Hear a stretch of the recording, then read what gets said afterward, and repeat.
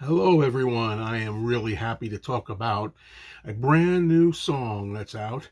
It's a new version of the song Let It Be by Dolly Parton, and it's off her upcoming album Rockstar, which is due to be released November 17th of this year, I believe, and it's a 49th album. Now, a little bit of history from what I understand about this, if I'm correct, is that recently Dolly Parton was going to be into the Rock and Roll Hall of Fame. She got nominated, and I think she protested kindly. She said, "Well, thank you, but no thank you, because I'm not really a rock star." And what happened was they put her in the Rock and Roll Hall of Fame anyway, even though she politely declined. And it's almost like an answer to that, the way I take it. She figured, well, I better make a rock and roll album then. So she made an album called Rockstar that has a lot of rock and roll royalty on it. Now, I'd already heard one song from it, which was a version of the song Magic Man from the group Heart, Ann and Nancy Wilson, and Ann Wilson sings with Dolly on the song Magic Man, and I thought it was a pretty good version. I liked it. I liked what I heard.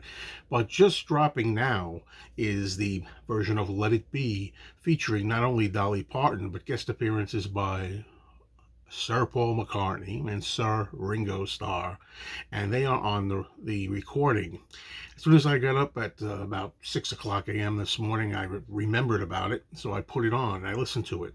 Within the first listen, I loved it. I was sold right off the bat. I thought that they all nailed it. I mean, these are three senior people. You're talking about Dolly Parton, 77 years old. You're talking about Paul McCartney, 81 years old, and Ringo Starr, 83. Now, actually, when I played it, I forgot that Ringo was on the drums.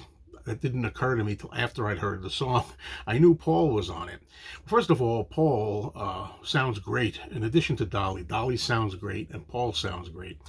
And at first, you don't really know it's Paul. I really believe that if I didn't know that Paul McCartney was singing on this song, I would have thought it was just some strong, mature male voice that I didn't know.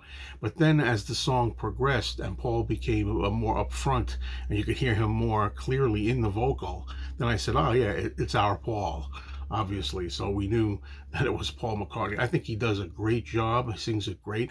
Dolly does great. It's really a great pairing. And what I like about this song is that, this version, I should say, is that it doesn't hurt the original Let It Be by the Beatles. This is a complete tribute and a complimentary version.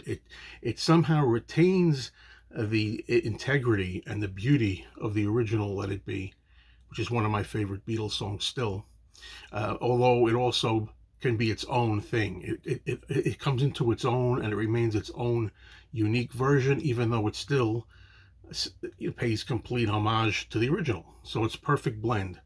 And the drums are fantastic. And then they were very powerful, very strong, very on beat, on time.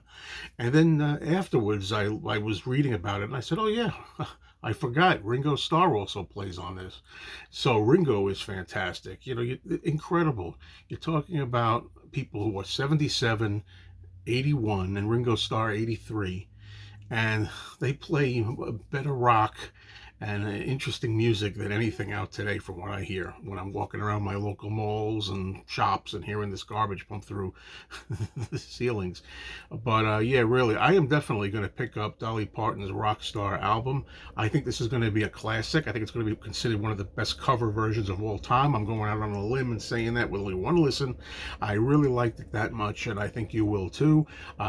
Comments below are welcome, even the ones that are detractors who think it's terrible. If there should be anybody like that, I really am behind this, and I really am so happy for the three people, for Dolly, Paul, and Ringo. I think they did such a fantastic job, and this is one for the books. This is really a good version.